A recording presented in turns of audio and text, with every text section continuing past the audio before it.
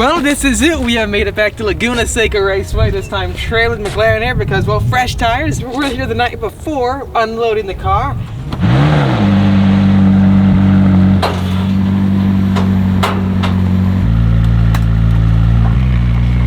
So, the Epic car's off the trailer. Next step is go to the hotel and then get a good night's rest, and then from there come back first thing in the morning and then test it out with a brand new Goodyear Supercar 3Rs. I think we're gonna get a new PB out here, a new personal best. So I'm so excited. Let's do it. Well, this is it. We're very tired right now. It's 6 a.m. and next stop is gonna be the racetrack, which is about 15 minutes away, like 8 miles or so. I got the McLaren key right here. My racing shoes down here, full Sparko. These things are beast. I'd highly recommend racing shoes if you guys do go to the racetrack a lot. This is it, fully dressed. Let's just do this thing. Head inside the new Chevrolet Silverado Trail Boss and then get to Laguna Seca. It's actually, wow, it's nice and cool outside right now. Let's hop inside the Trail Boss. I mean, this thing has been such a beast. Stay tuned for a true video with it going over all its features and everything because it is a great towing machine for you and your track cars for sure. But let's just hop inside. 6.2 liter V8 towing capacity of 13,000 pounds. It basically does it all. There's nothing like waking up first thing in the morning and going to the racetrack because it's just so calm and peaceful outside. It's nice and cold right now. It's 59 degrees out.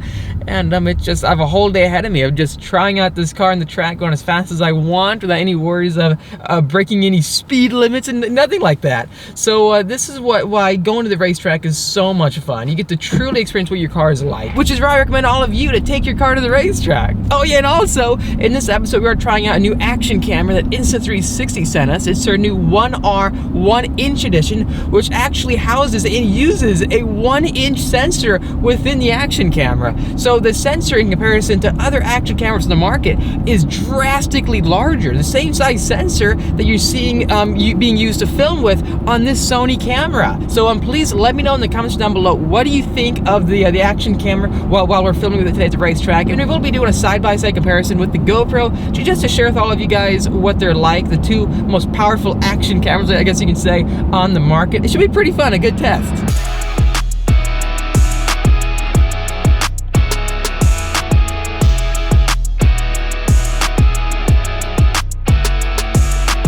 Oh gosh, it's overcast and foggy right now. So if you don't know this, when it comes to having a loud car at this racetrack, the sound basically will bounce off the fog or the clouds. If your car would barely clear the 105 dB day as is, there's chances now that it's not gonna clear because the sound just gonna get ricocheted back down to the ground into where the sound box is. Look at this, this is insane. So the best part is the McLaren clears on a 90 dB day, so you have nothing to worry about. But look at the fog! How are you gonna track on this track right now? This is gonna be unreal! Yep, you literally cannot see the racetrack. Could you identify where we are right now, the location? Because, oh my, the first session starts in an hour too, so we're gonna see how this turns out.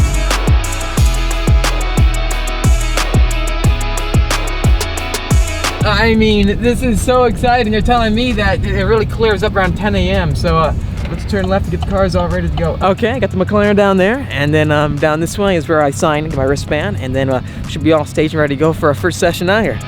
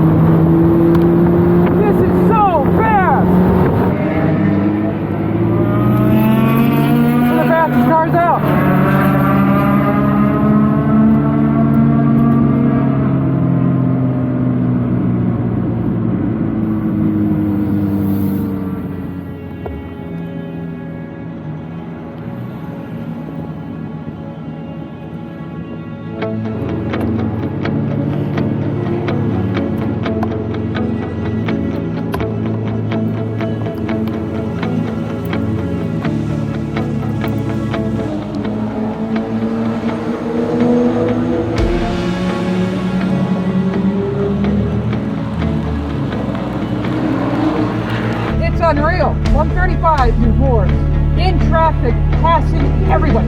Predicted, what is your best? 133. What's your air pressure all the way around? Way too high, 35.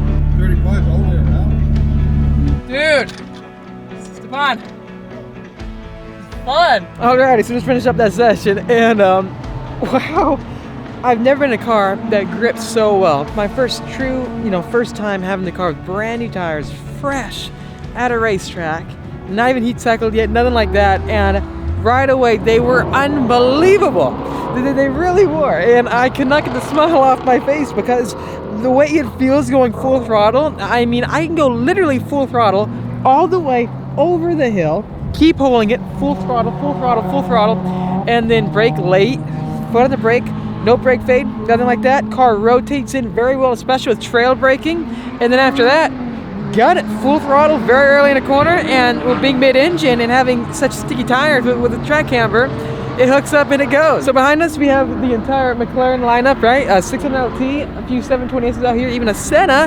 Then we have our good friend Tom and his Corvette ZR1 and his new Callaway out here today. But in general though, it just, I am so impressed with this car. Okay guys, here we are back inside the car, and then now just finished off the track day, and I'm going over the footage as I saw in this video. The POV action shots were all filmed with the Insta360 1R inside this camera case right here. First off, I do want to show you guys the different options out there if you want to film your own track videos or just get an action camera of your own to test out. And there are a lot of different options on the market right now. This is the latest product to be sent to me, and it's by Insta360. Right now it's in its actual carrying case, but pulling it out, this is the Insta360 1R. And the reason why this caught my eye is because it actually uses a 1-inch sensor, a sensor that is many times larger than the sensor in the GoPro. And as many of you already know, and if you don't know, the sensor is essentially what's behind the lens processing all that data. So the bigger the sensor, you can actually bring in a lot more light, you get better quality videos, etc. So overall, one major benefit of the Insta360 1R over the GoPro Hero 9 Black is the low light. And the low light capability with this camera is just off the charts. So here's a shot with the GoPro on track versus the Insta360. To be honest with you, I'm kind of going either way. Also, we're shooting basically in manual mode, controlling our shutter speed and also our frame rate. They also can shoot flat or log. However, for this comparison video, I wanted to leave it straight out of the camera so you can see how they compare. One major benefit of the Insta360 1R is that it is co-engineered with Leica, and with that being said, the entire camera itself is actually modular. If you're wondering what that means, well, right here in this case, we also have an official extended battery, which this battery itself gives you double the life of the OEM original battery that comes with the camera. So it's a very simple add-on, which if you buy this camera and you want to upgrade it after the fact, you can do that over time. The only downside I have to say with this 1-inch mod is that with the 1-inch sensor, you have to unscrew this lens right here. That is essentially, it protects the main lens, which is underneath, kind of like a GoPro. Then you can take off the actual carrying case. So pulling out the Insta360 1R, as you can see, this camera is pretty crazy because being modular. You may be wondering, what does that mean? Well, essentially, if you wanted to put on the more powerful or just longer lasting battery, all you have to do is pull off the standard battery by you just pull over this lever right here, the switch, and then it unlocks it. It actually uses these connection points on top of the boosted base battery, and then these grab hooks right here on the other side. And all you gotta do is just snap it on just like this, and then you're all set. A reason why I prefer the boosted base battery over the standard one is because underneath the standard one, there's nothing there. So you can't mount it without the actual mounting case. So when it comes to the boosted base battery, it's just like the bottom of the GoPro, where you can pull out these bottom mounting points, just like the new Hero 9. So watch this, same exact design on the bottom. Very easy to use and no more cage needed, and unscrewing that lens. pulling off the actual battery again and pulling off the sensor with the camera, you can actually change it out. So this right here is a completely different lens and just camera altogether. You may be wondering, well, what is that? Well, pulling off this lens hood or dual lens hood, as you can see, this is a 360 camera. So what happens is that you connect it to the main processing brain of the camera, as you see as follows. There you go, it's on, and then put on the boosted base battery below, and then voila, you have a 360 camera with a screen right here, just like how you had with the other 1-inch sensor mod. So the main difference between this and the GoPro is that the Insta360 One R, you can completely mod and change it yourself, add a bigger battery, flip the screen around, also make it a 360 camera, a normal 4K camera, or a 1-inch sensor action camera. So the 1-inch sensor actually is housed within this little modular component. So it is a very advanced setup that allows you to try out completely different styles of videos. I do feel like the GoPro is just a very easy action camera to use, and I use this for so many videos, especially on track. It's been a complete beast with that in mind. Whichever way you go, I think they're great cameras. You have a screen on either side, as you can see, but then the Insta360 offers so many different advantages that the GoPro cannot even compete with. The GoPro cannot shoot near as good low light as the Insta360. The Insta360 is cheaper itself, and you can also convert your camera into a powerful 1-inch sensor action camera with crazy detail, or a 360 camera, as you can see here, completely making it your own. So there's way more creative options for this setup than the GoPro as is. And the in-house app you can download to process and go through all of your video is very easy to use, and I don't ever experience it glitching out and disconnecting me from the camera at many times at all. And you can download directly from it on either action cameras, to be honest with you, and work with the footage. So this is my non-biased, honest review of the Insta360 One R 1-inch edition with the 360 mod. It is absolutely fantastic. Either camera you can get ND filters for, so you can control the light going into the sensor itself, so you can get proper cinematic motion blur. These are the ND filters for the Insta360 One R, and I was using these for the track footage. So putting these on and dialing in your proper exposure, your shutter speed, and your FPS, you can get very, very creative and just cinematic video, and it works out so well. And one thing I haven't seen really on the market yet is that with this Insta360 mod itself, the 360 video mod, you can put on ND filters on either side of the 360 lens, which I'll show you right now. Putting on the official case, the skeleton unit, the exoskeleton for the Insta360 One R. Here we have the 360 camera ready to go. Very simple to do. Just mount it to its bottom mounting point right here. It's already pre-built within the exoskeleton, and then you pull it straight back and then it locks in place.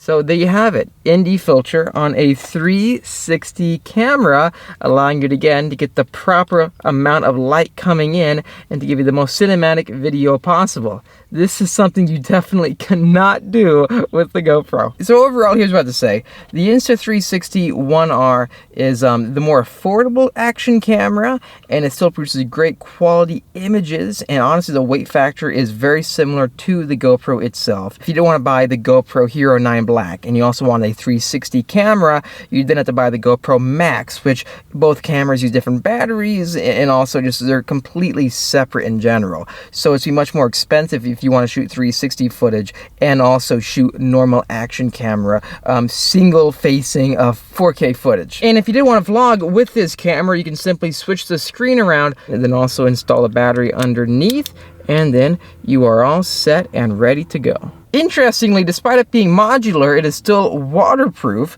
up to 5 meters, and there is a built-in function where you can turn on aquavision, they call it, which allows you to remove the green-blue color in underwater scenes, providing much more depth and also a clearer image. So this is definitely multi-purpose with that in mind. And it does seem like the accessories for the Insta360 One R are more affordable than the GoPro. For example, the microphone adapter for the GoPro, I spent $50 to buy a microphone adapter for this camera, and it's simply just a USB Type-C to an actual 3.5 millimeter connector, and for the 1R it's simply $10. So I wonder why it's $50 for a microphone adapter on, again, the GoPro 9. Anyways, I just wanted to include this in this video because I'm trying this out. I get so many comments asking me, hey Austin, what do you use to shoot these videos with? I'm honestly trying new equipment right now as we speak, and it's just so much fun. Let me know, what do you think of the new Insta360 1R 1-inch edition with that 1-inch sensor inside this tiny action camera?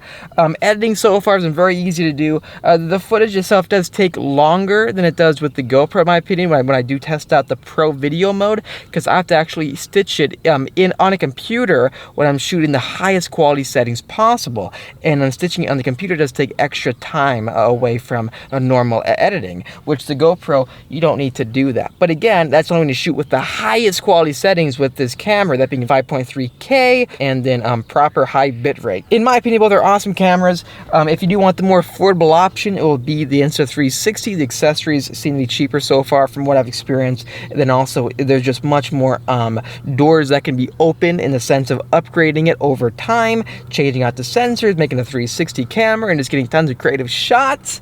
And then again, the software with it allows you to edit actually really quickly, especially off your phone.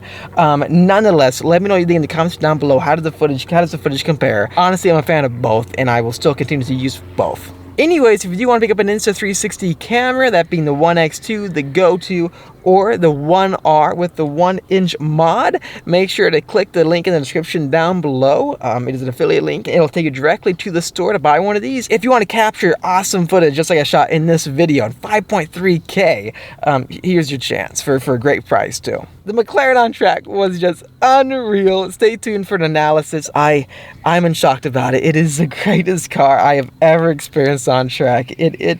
It has blown my mind, and I am so happy I got it. So stay tuned for an actual analysis again, because really breaking down these laps is going to be so much fun. And stay tuned for a ton more awesome Laguna Seca videos coming your way all throughout this week. Thanks for watching this video. If you liked it, make sure to hit that like button as well, man. Also subscribe for much more great content coming out your way, and hit the notification bell so you're up to date with all new videos coming out. I'll see all of you in the next episode.